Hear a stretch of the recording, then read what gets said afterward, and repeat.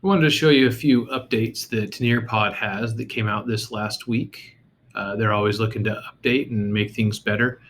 And so the first one I want to show you is the equation editor. And so this works in open-ended questions. It works in quizzes. It works in polls. Um, and so let's do an open-ended question.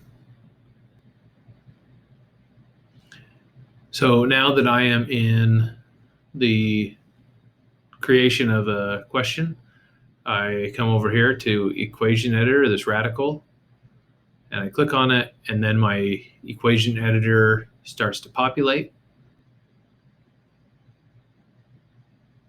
And so now I can do fractions, I can do radicals, I can insert lots of different functions into here.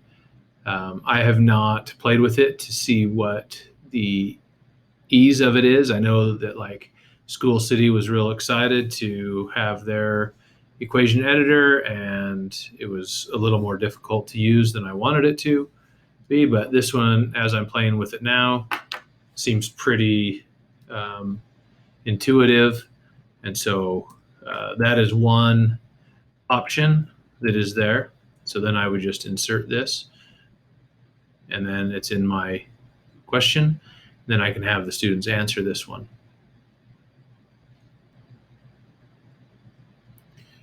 The next thing that I wanted to show you was their activity library. And so I clicked on the library, and I'm going to click on activities. And so now it's just going to sort by activities. And so now let's say that I want to do solving equations. I can find solving equations. And now here are a bunch of activities that go with solving equations, and I can put them right into my own lesson if I don't want to create that. Or I can add a bunch of them to a lesson. They also have videos. The other thing is that they have full lessons that you can use. The next thing that I wanted to show you was subplans. And so if you're going to be gone, you could have an emergency subplan ready with a lesson that you've already created, a lesson that somebody else has created for you, or a lesson right out of the Nearpod library that's already been created. So I click on subplans and click here to create my first subplan. I'm going to name it, and we'll just call it subplan. I'm going to create. And now, once I've created, now I add a lesson. So what lesson do I want that I already have? So these are my lessons that I have, or I can add something from the library. So I'm going to do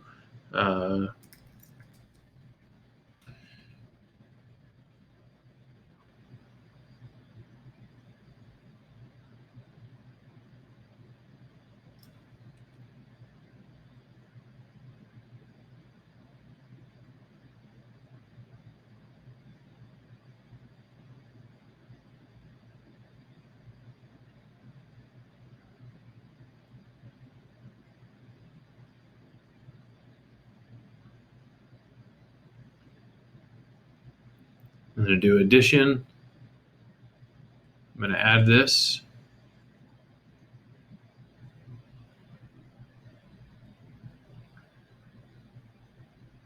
How many classes should get this lesson? So you can choose how many classes there are. I'm going to choose 10. Hopefully none of us have 10. And then what lesson do you want, or what information do you need? And now this subplan is set up to be student paced. And so you give them the URL, which is join.nearpod.com, give them the activation code, and they can do it on their own.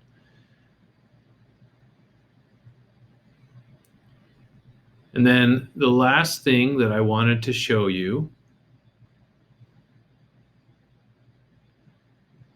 is when I'm in a lesson and I'm presenting, you have two new options. One is open a whiteboard. So I click on this and it gives me a blank whiteboard, which is exactly what the students will see.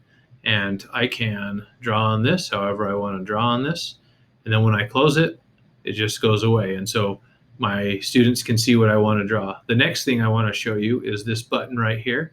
Now, with this button, when I click on it, I can draw on any slide. I can draw, I can highlight, I can erase, I can type, I can do whatever I need to do. And then when I'm done, I just close it. And the students will see exactly what's on here. It's just like the student view. So there's the open whiteboard, which gives you a blank page. There is the annotate right on the page that you can use to draw right on the page. So those are the four things. They are the math editor, they are the video and activity library, they are the subplans, and they are the whiteboard. Those are four new things that have been added to Nearpod recently, and so you can start using them now.